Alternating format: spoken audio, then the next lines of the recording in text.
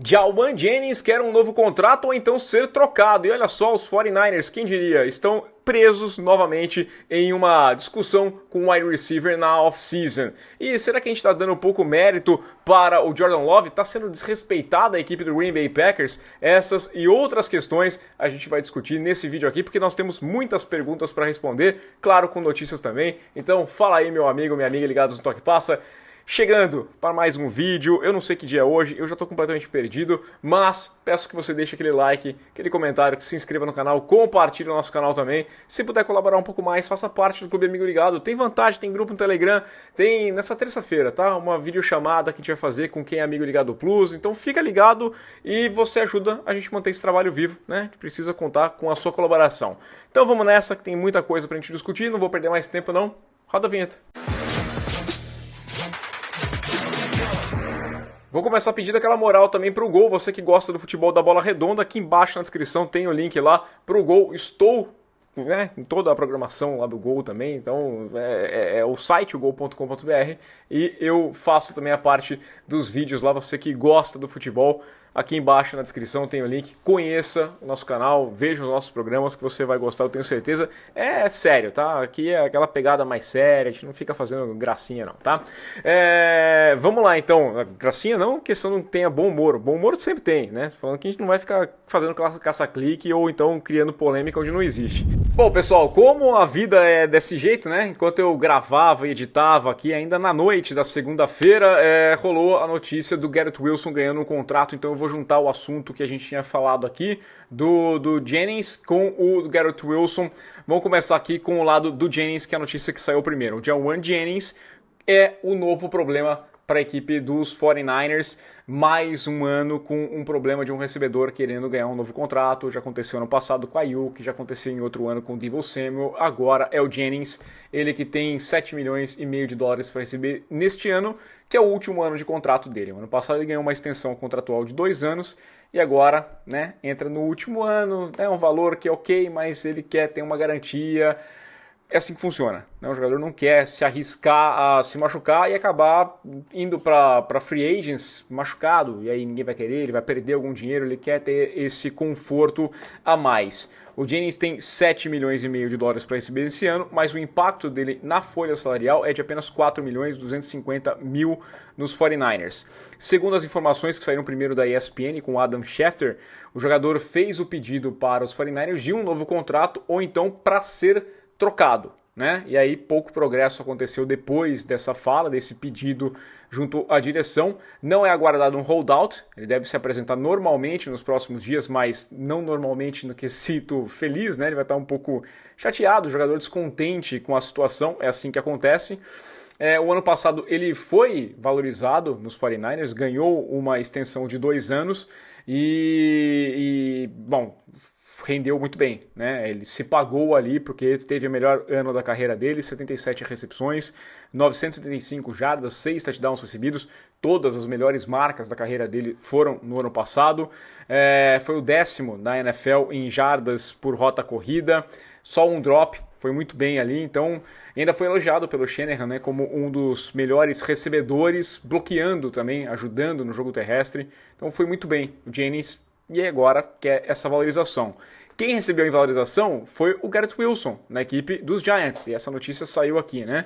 O Garrett Wilson vai ganhar uma extensão de 4 anos, 130 milhões de dólares. Ele fica agora atrás do Ja'Marr Chase, Justin Jefferson, CeeDee Lamb, DK Metcalf apenas como a melhor média salarial, né, nessa extensão aqui, dá 32 milhões e meio de dólares por temporada.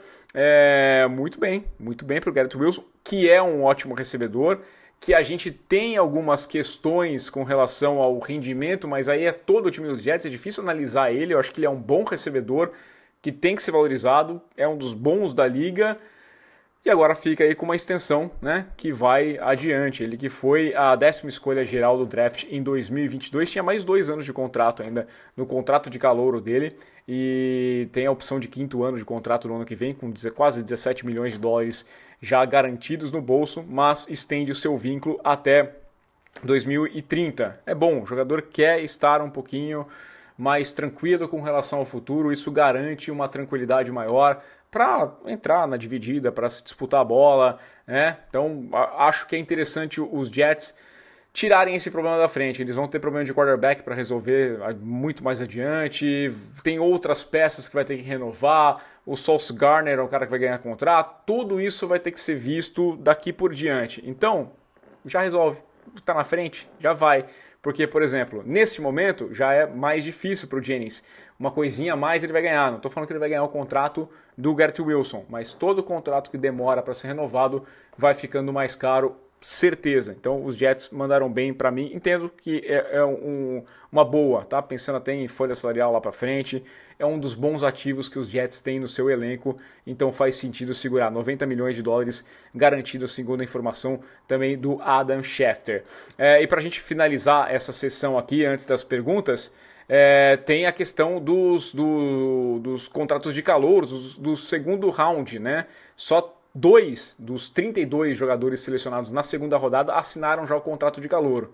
Tá? A equipe dos Texans deu para o Higgins um contrato 100% garantido e isso daqui pode ter mudado um pouquinho o panorama da NFL. Os caras agora querem um pouquinho mais de conforto, querem um pouquinho mais de estabilidade e isso eu acho que é um reflexo também um pouquinho que vem do NIL, né? O dinheiro que os jogadores podem ganhar agora no college. Antigamente não ganhavam nada e agora a NFL não vai agitar qualquer bolinho de dinheiro e o cara vai correr, aceitar e, putz, pega o dinheiro, põe no bolso, vamos lá. O que ele ganhou no college dá um pouquinho de estabilidade para o jogador e falar assim, não, eu quero um pouco a mais, eu quero discutir. Ele pode sentar na mesa e discutir com um pouquinho mais de propriedade. Acho que é um reflexo, né? Não sei se exatamente é isso, mas é interessante ver o jogador cobrar. Cara, é risco deles ali, né? Então, na boa. O contrato de calouro é tão irrisório perto no total. Cara, deixa o garoto ganhar o contrato 100% garantido. Depois resolve na vida. Mas, sei lá, né? Pelo menos as primeiras rodadas dá o contrato 100% garantido. E agora vamos lá responder perguntas, então. Tava com saudade de fazer isso. Por isso que eu pedi para vocês deixarem umas perguntas. A gente recebeu 10 perguntas. Eu vou passar por elas tentando deixar, né, uma resposta... explicar bem, mas também não me alongar demais. Vou começar com o Antônio Pinhon, tá? Grande parceiro Pinhon. Quem que eu acho que vai ser melhor nessa temporada? Se o Aaron Rodgers ou o Russell Wilson? E é uma boa pergunta, né? A gente tem sempre que lembrar que tem uma questão de contexto aqui, né? Porque o trabalho do quarterback não depende só dele, não é só do braço dele, da leitura dele. Depende de linha, depende de jogo terrestre, depende de recebedores, depende do play caller, depende inclusive da defesa. Né? Porque se o time tá num buraco sempre, se a defesa é uma peneira e deixa os caras abrirem 14 pontos no primeiro quarto, você tem que abandonar um pouco o jogo terrestre, tem que forçar um pouquinho mais de passes, e isso vai ocasionar mais erros, então tem todas as questões. A gente vai ter que estabelecer um critério. O que é jogar melhor? Jogar melhor ter números melhores? Números melhores, né? Não necessariamente o cara jogou melhor. Talvez eles estivessem em situações melhores. Por isso que é muito assim, difícil você cravar esse cara é melhor que aquele, porque eles não estão em ambientes hermeticamente fechados, né? Mesmas condições de pressão e temperatura. Não é a mesma coisa. Como na Fórmula 1. Falar que tal cara não tem o mesmo carro. Né? Nem dentro da mesma equipe tem o mesmo carro, quem dirá fora, né? Então a análise, a linha é um pouquinho mais tênue. Eu diria que o Russell Wilson, para não ficar em cima do muro, o Russell Wilson vai ser melhor. Né? Eu acho que nesse momento, em condições iguais, com o mesmo tipo de comando, com as mesmas situações, o Russell Wilson ainda tem mais gasolina no tanque para entregar do que esse Aaron Rodgers, que é um jogador veterano, que está vindo de lesão, que tem toda essa novela, que cada passo da carreira dele é uma grande discussão, que perde tempo de treinamento para fazer uma novelinha a mais. Nesse momento, eu iria com o Russell Wilson. Acho que se os Steelers tivessem ficado com o Russell Wilson, ele poderia entregar tanto quanto ou mais do que o Aaron Rodgers. Mas eu entendo o Tomlin pela ligação que tem com o Aaron Rodgers, para essa parceria e tudo mais, e uma aposta ali, já sei o que o Russell Wilson pode me dar. Não é, sei lá, a promessa do Russell Wilson não é tão excelente quanto a promessa do Aaron Rodgers. Um Aaron Rodgers ideal, ele pode colocar o time dos Steelers no Super Bowl. Sim, vou ter esse. Qual que é a chance que eu tenho de ter esse Aaron Rodgers ideal? Eu acho que é muito pequena. Neste momento, a minha bola de segurança seria mais para o Russell Wilson. O Vinícius Goulart pergunta aqui se vai ter alguma mudança de regra significante. Eu acho que significante como teve no ano passado, não vai ser nada assim tão grande, mas tem algumas pequenas mudanças, por exemplo, a regra do kickoff agora passa a ser fixa, né? Foi aprovada aquele teste, mas o touchback passa a ser para a linha de 35 jardas, né? Da bola na linha de 35. Agora pode ter o onside kick em qualquer momento do jogo, antigamente era só no quarto período. Desde que o time esteja perdendo, pode avisar, vou fazer um onside kick. Ninguém vai querer fazer isso, então mudou uma regra para absolutamente nada. A prorrogação na temporada regular passa a ter mais ou menos a regra dos playoffs, né? Garantindo uma posse de bola para os dois times. Não tem mais a história de um touchdown na primeira posse e acabar com o jogo. Então o outro time tem direito à posse, só que na temporada regular, dentro do limite de 10 minutos. Né? O período de prorrogação é de 10 minutos. O primeiro time gastou 9 minutos e meio e anotou um touchdown, o outro time tem 30 segundos para fazer um touchdown também. Né? Então não é que nem nos playoffs em que o relógio continua até garantir aquela primeira posse para o adversário. Tá? É assim que muda. E mudou também um pouquinho em relação à regra do árbitro de vídeo. Né? Tem um árbitro que fica assistindo lá e ele pode interferir um pouco mais agora em situações que tenham clara e óbvia evidência no vídeo. Só que tem um problema que para mim não vai resolver, que eles não podem jogar a flag. Né? O jogador, o árbitro de vídeo, ele não pode apontar uma falta. Então aquele face mask que teve no Sam Darnold, né, no Joe Burrow, não pode, não vai mudar nada. Aqueles lá não podem porque ele vai ver a falta e não vai poder falar nada. Quer dizer, vai falar, teve uma falta, mas não tem o que fazer, não pode apitar porque eu não posso jogar flag. Contudo, se falarem que teve um face mask, jogarem uma flag e ele vê que não teve, aí, por exemplo, ele pode avisar, pessoal, não teve nada. Né? Essa mudança eu não gostei tanto assim, não. Acho que podia ter esforçado um pouquinho mais para ajudar no jogo.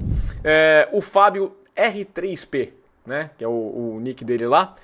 Qual time tem o calendário mais fácil e o mais difícil? A gente vai pegar a métrica que o pessoal usa, né, que é um pouquinho mais considerando as vitórias do ano passado.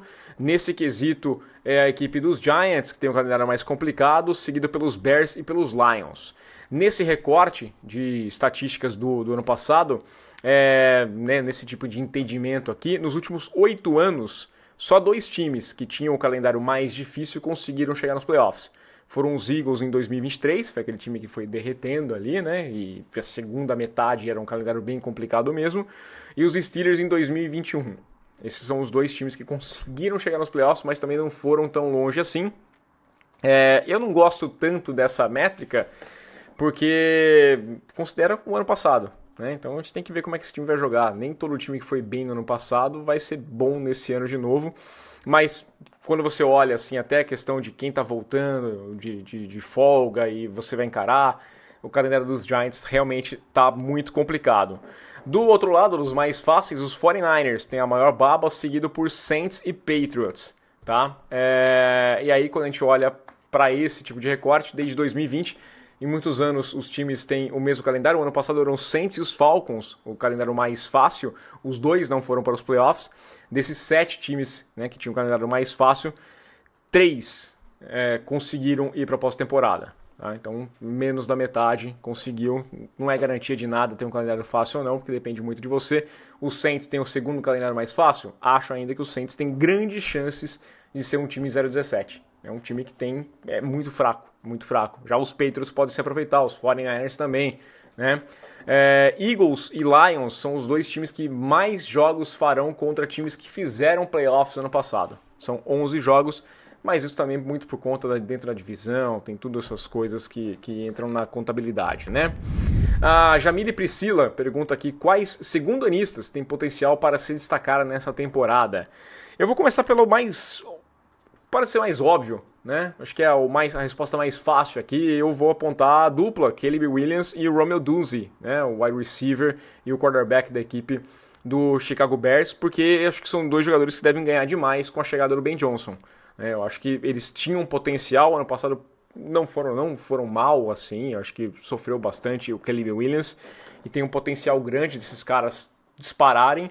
Mas uma aposta um pouquinho mais bold prediction aqui, né? Um pouquinho mais ousada, eu vou apontar o Byron Murphy II, né? O Byron Murphy dos Seahawks.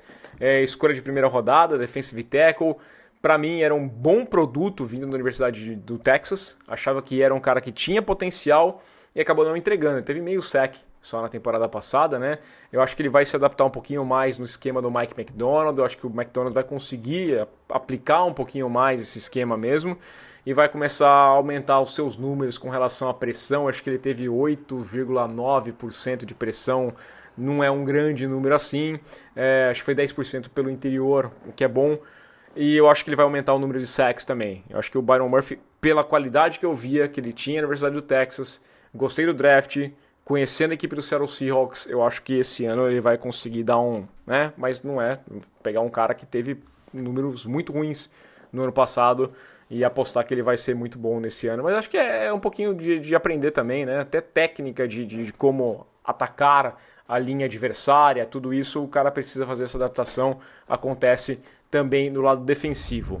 O Leonardo Antônio, dentre os favoritos do Super Bowl, ele pontua aqui, tá? Eagles, Ravens, Bills e o Kansas City Chiefs, qual se reforçou mais nessa off-season? Eu acho que é muito parelho, tá? Eu acho que é muito parelho, até porque são times que não tiveram assim uma atuação tão forte na free agents. Tiveram bons drafts, né? Eu acho que eu gosto dos drafts. Os Eagles foram muito bem de novo, os Ravens muito bem. Kansas City atacou o que precisava, os Bills também tem algum buraco ou outro ainda no time, mas fizeram bons drafts. Cara, eu acho que os Chiefs fizeram um bom trabalho, por exemplo, em segurar peças, de evitar que os caras saíssem. Eu acho que o principal trabalho deles foram esses. Talvez os Eagles me deixem com o pé um pouquinho atrás com relação a algumas saídas. Eu tenho algumas dúvidas com relação às saídas dos Eagles, mas o draft foi muito bom também e talvez compense isso. Eu gosto dos Baltimore Ravens, acho que o que eles fizeram, daqui a pouco a gente vai falar da defesa, da secundária deles, que é espetacular. Seguraram o Ronnie Stanley, trouxeram o Kendrick Hopkins, que eu acho que ainda tem alguma coisa para entregar e pode funcionar nesse sistema aqui, então eu gosto dessa equipe dos Ravens, acho que os Bills também têm... O problema de apostar nos Bills é a questão do Joe Bosa. Joe Bosa pode ser um ótimo reforço que eles trouxeram, mas também pode nem entrar em campo, porque é um cara que se machuca demais, é um cara que tem pouca condição. Joshua Palmer também é um bom reforço, mas eu vou ficar mais com os Ravens pelo todo, pelo componente. Mas acho que são times muito fortes mesmo. A gente pode até ampliar essa lista de times favoritos, acho que essa lista é bem maior dos candidatos ao Super Bowl, mas... desses específicos 4 que você mandou aqui, eu acho que é essa linha mesmo, tá? O Samuel Duarte, que eu adorei, ele tem um nick chamado Tartaruga 1051, tomara que ele seja uma tartaruga ninja. Queria saber se há algo minimamente cogitado sobre a substituição do coordenador ofensivo dos Chiefs, o Matt Nagy. Aí ele continua aqui, né? Desde que ele chegou por lá, o ataque está terrível. Não estou falando de ganhar o Super Bowl. No outro ano ganhou, mas foi daquele jeito. Ano passado vimos o pão cair com a manteiga para cima várias vezes. Além do que, a defesa que segurou o time. Simplesmente não há ataque qualificado ali desde a troca de coordenação. Também queria saber a sua opinião. Não vai trocar, não vai mudar, né? Assim, já é tarde isso aqui, essas mudanças acontecem ali para janeiro, né? Como eles foram para o Super Bowl, fevereiro já teria tido uma mudança. E eu não acho que... não quero passar pano pro Nagy, não, né? Eu acho que o trabalho dele, qualquer coisa também, não acho ele um exímio coordenador ofensivo, não coloco ele nem no top 10 de coordenadores ofensivos. Eu acho que o Bieniemy fazia um trabalho melhor, mas quem chama as jogadas é o Andy Reid, né? Você tem ali até uma orientação ou outra. Eu acho que a queda do rendimento desse ataque é muito mais pela perda de peças, por algumas falhas ali, o jogo terrestre que não encaixou direitinho, alguns problemas na linha ofensiva, o envelhecimento do Kelce mesmo, a saída do Tyreek Hill e você não conseguiu suprir essa perda aí com um cara que é difícil, né? Com um cara muito grande para você suprir com facilidade. Então tem todos esses quesitos que entram na questão, fora que os Chiefs são um time muito visado e vão ser cada vez mais visados, todo mundo quer vencer a equipe do Kansas City Chiefs. Mas eu acho que o Nagy tá lá. O Nagy era auxiliar especial de ataque do Andy Reid e era o técnico de quarterback. É basicamente o que rola. Acho que ele não mudou quase nada. Mudou a pontuação dele ali, porque agora como coordenador ofensivo, para alguém tirar ele de lá, é só se der um cargo de treinador para o Matt Nagy e ninguém deve fazer isso em sã consciência. Então, eu acho que não tem muita... Não vai mudar, tá? Isso é certo.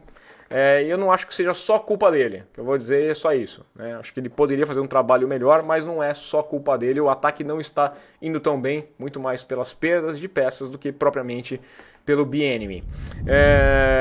O Andy Winston, qual o motivo pelo desrespeito... Aqui, essa aqui eu coloquei na chamada lá. Qual o motivo pelo desrespeito com os Packers / Love? Costumam não colocar o time nem um top 10, mas colocam, por exemplo, os Vikings com o QB calouro na frente. O Justin Jefferson, o Aaron Jones não vão fazer nada sem um QB. Packers tiveram uma defesa top 10 na última temporada e o Love, mesmo jogando lesionado, ainda se desempenhou muito bem.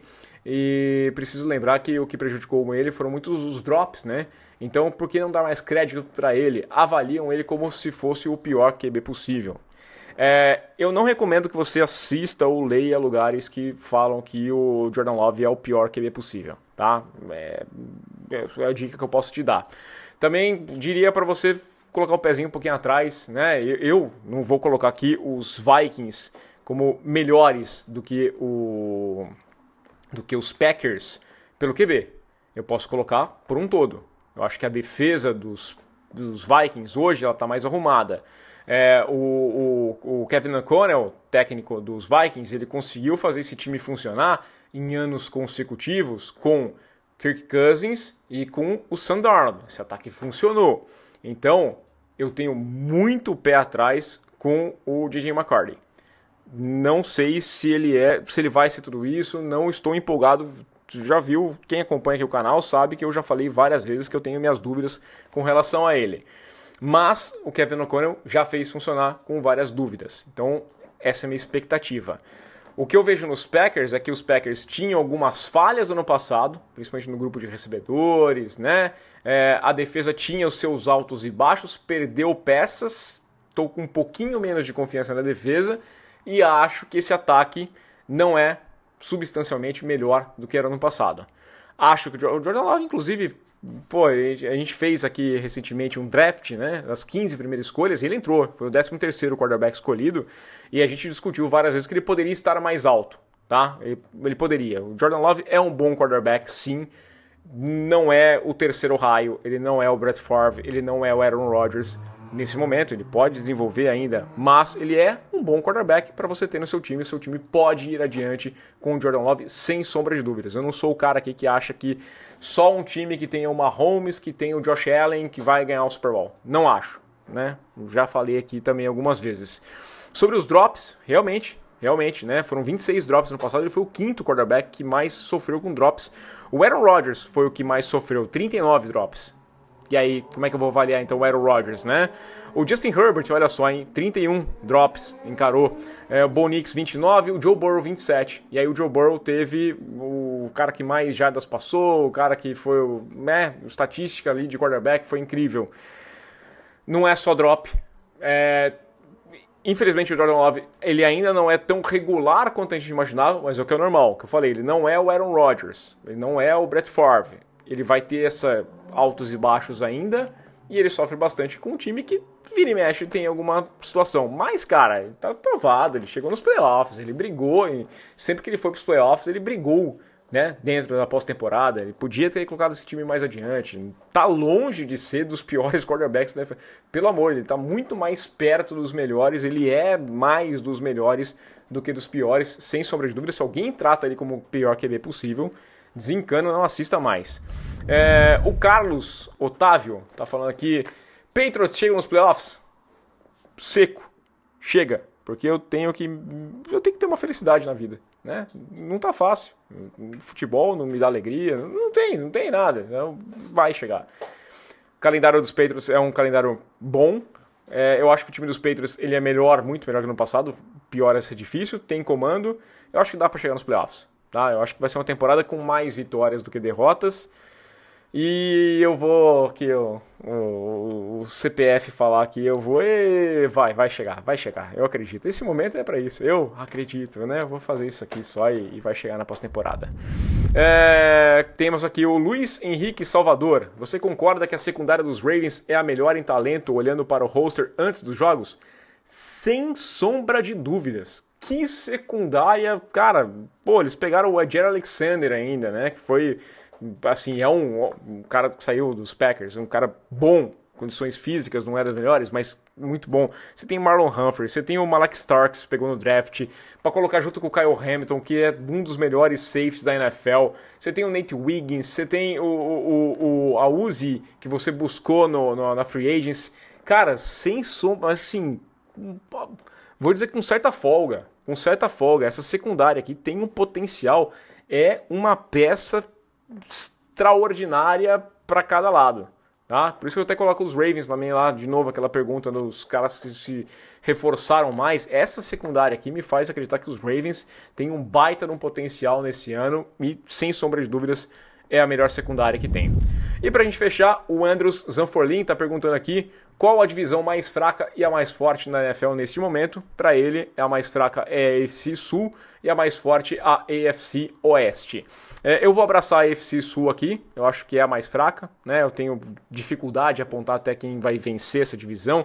Acho que os Texans têm potencial, acho que os Jaguars têm potencial, não confio nada na equipe dos Colts, acho que os Titans estão num outro passo ainda, num outro momento.